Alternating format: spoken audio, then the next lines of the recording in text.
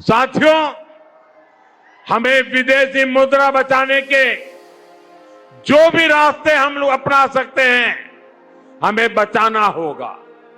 साथियों, गोल्ड यानी सोने की खरीद एक और पहलू है जिसमें विदेशी मुद्रा बहुत अधिक खर्च होती है। एक जमाना था जब संकट आता था, कोई युद्ध होता था, तो लोग देश हित में सोना दान दे देते थे।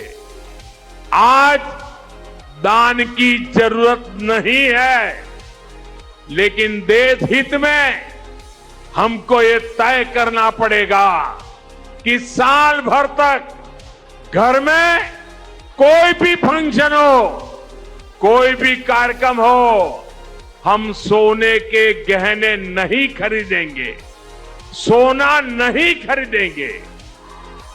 विदेशी मुद्रा बचाने के लिए हमारी देशभक्ति हमें चुनौती दे रही है और हमें इस चुनौती को स्वीकार करते हुए विदेशी मुद्रा को बचाना होगा। साथियों, ये समय एक और बड़े सबक का भी है।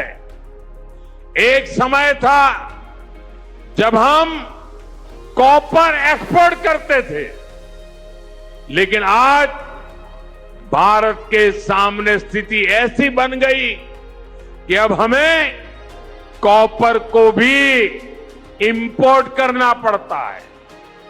हमारे देश में हड़तालें करवाकर कॉपर प्लांट्स को ठप करवा दिया गया और अब हालत ये हो गई कि हमें कॉपर बाहर से मंगाना पड़ता है और उसमें विदेशी मुद्रा खर्च होती है। इसलिए मैं ऐसे सभी समूह मजदूर संगठनों से भी कहूंगा कि हमें ऐसी बातों का जरूर ध्यान रखना चाहिए। भारत को आत्मनिर्भर बनने से जो भी कदम रोकते हैं, उनमें हमें दूरी बनानी होगी और जो लोग ऐसी साजिशों में जुटे हैं, उन पर भी कड़ी नजर रखनी होगी। मैं देश की अदालतों से भी आग्रह करूंगा कि ऐसी स्थिति आने पर देश हित में हमें कोई ना कोई रास्ता निकालने की तरफ बढ़ना चाहिए। साथियों, ऐसे ही खाने के तेल का भी है। इसके आयात के लिए भी बहुत बड़ी मात्रा में हमें विदेशी मुद्रा खर्च करनी पड़ती है। हर परिवार अगर खाने के तेल में खाने का तेल का जो उपयोग करता है, अगर वो कुछ कमी करे, मैंने बार बार कहा है 10% कम करो। अगर हम तेल खाना कम करें ना, तो भी वो देशभक्ति का बहुत बड़ा काम है। आप देश सेवा में योगदान दे सकते हैं और इससे देश सेवा भी होगी और देह सेवा भी होगी। इससे देश के खजाने का स्वास्थ्य भी सुधरेगा और परिवार के हर सदस्य का स्वास्थ्य भी अच्छा रहेगा। साथियों, विदेशी मुद्रा की खपत वाला एक और सेक्टर हमारी खेती है। हम बहुत बड़ी मात्रा में बाहर से केमिकल फर्टिलाइजर इंपोर्ट करते हैं। केमिकल फर्टिलाइजर खेती के कारण हमारी धरती मां को बहुत पीड़ा हो रही है। हमारे खेत बर्बाद हो रहे हैं। अगर आज हम अपने खेत को नहीं बचाएंगे तो भविष्य में फसलों पर भी खतरा आ जाएगा। इसलिए बहुत जरूरी है कि हम केमिकल फर्टिलाइजर की खपत 25%, 30%, 40%, 50% उसको घटाए, आधी कर दे और हम उसके साथ साथ नेचुरल फार्मिंग की तरफ बढ़े। हम फर्टिलाइजर का उपयोग कम करके विदेशी मुद्रा भी बचा सकते हैं और साथ साथ अपने खेत को बचा सकते हैं, हमारी ये धरती मां को बचा सकते हैं। और यह हमें करना ही होगा। आज वैश्विक संकटों से जो चुनौतियां आई है, हमें उन चुनौतियों को परास्त करना होगा।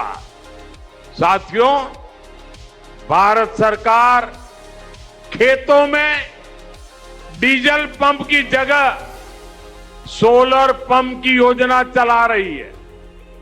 हम खेतों में डीजल पंप की जगह सोलर पंप का उपयोग करने का जोर देना होगा। मैं कोविड काल में भी आग्रह करता था कि हम स्थानीय चीजें खरीदें, वोकल फॉर लोकल के मंत्र को लेकर चले। हम मेड इन इंडिया चीजें खरीदकर भी विदेशी मुद्रा बचा सकते हैं और हमारे देश में स्थानीय उत्पादन की कोई कमी नहीं है। चाहे जूते हो, पर्स हो, बैग हो, हमें स्वदेशी पर बल देना चाहिए। और मैं ये नहीं कह रहा कि जो आपके पास विदेशी चीजें खरीदी हुई है, विदेशी ब्रांड की है, उनको जाकर के फेंक दो, ऐसा मैं नहीं कह रहा हूं। लेकिन मेरा आग्रह है कि नए विदेशी प्रोडक्ट हमें नहीं खरीदने चाहिए। और वाकई हमें कई बार अंदाजा तक नहीं होता कि रोजमर्रा की कितनी सारी चीजें विदेशी है जो हम ऐसे ही यूज कर रहे हैं। और साथियों, जब मैं बात स्वदेशी की करता हूं तो लोगों को लगता है कि दिवाली के दिए खरीदो मतलब स्वदेशी हो गया। ये तो भ्रम फैलाने वाली बातें हैं, इससे सफलता नहीं मिलती है। हमें घर के उपयोग में आने वाले सामान की लिस्ट बनानी है। देखना चाहिए कितनी विदेशी चीजें घुस गई है, पता ही नहीं है।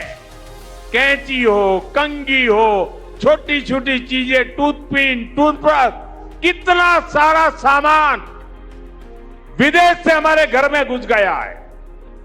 फिर इस लिस्ट से हमें हो सके उतना जल्दी स्वदेशी में बदलना चाहिए।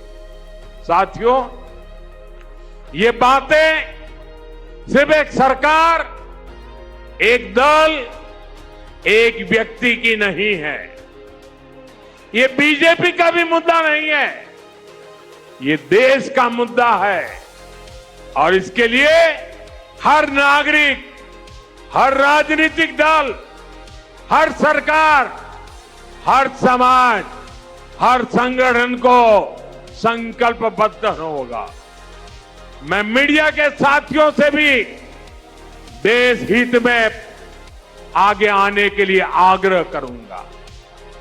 आइए देशभक्ति का भाव जगाएं और देश को जो वैश्विक संकट चल रहे हैं, देश उस संकटों का लाभ ले, परिस्थिति पे सवार हो जाए। ऐसा वातावरण बनाने के लिए हमें योगदान देना होगा और तभी जाकर के देश सफल होगा। ऐसे संकल्प जब हर नागरिक पूरी ईमानदारी से सिद्ध करेगा तो भारत हर संकट में जरूर विजयी होगा।